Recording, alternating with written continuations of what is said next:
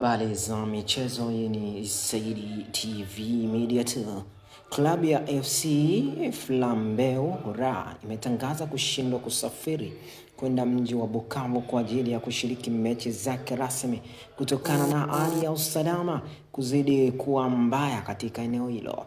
Timu hiyo ambayo ni bingwa wa kwanza wa mashindano ya soka ndani ya mji wa Baraka imetuma barua rasmi ya malalamiko kwa rais wa ligi ya jimbo la Lifsik iliyoko Bukavu ikiomba kuandaliwa kwa tukio mbadala mjini Uvira au Baraka kwa ajili ya timu za Uvira na Baraka. Timu zinazohusika ni TP Kilimba, FC Kabungulu, FC Flambeo Ra pamoja na OC Masanze.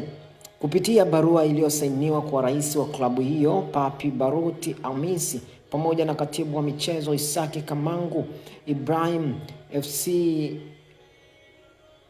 Flambeo Ra imeeleza kuwa haiwezi kushiriki mashindano hayo mjini Bukavu kutokana na kurejea kwa mapigano kati bonde la Ruzizi kwenye barabara kuu ya taifa namba 5.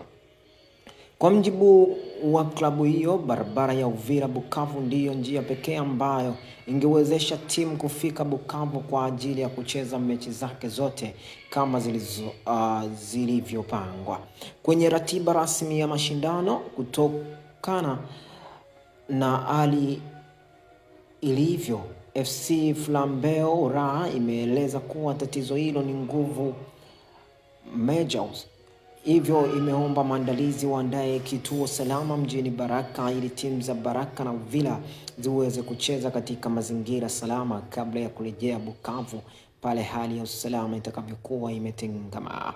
Ikumbukwe kuwa FC Flambeo Ra imepangwa kucheza mechi yake ya kwanza Jumapili Mei 10, 2026 dhidi ya TP Clinique saa 7 mchana, huku mechi ya marudio ikitarajiwa kuchezwa Jumamosi Mei 16, 2026 saa 9 alasiri.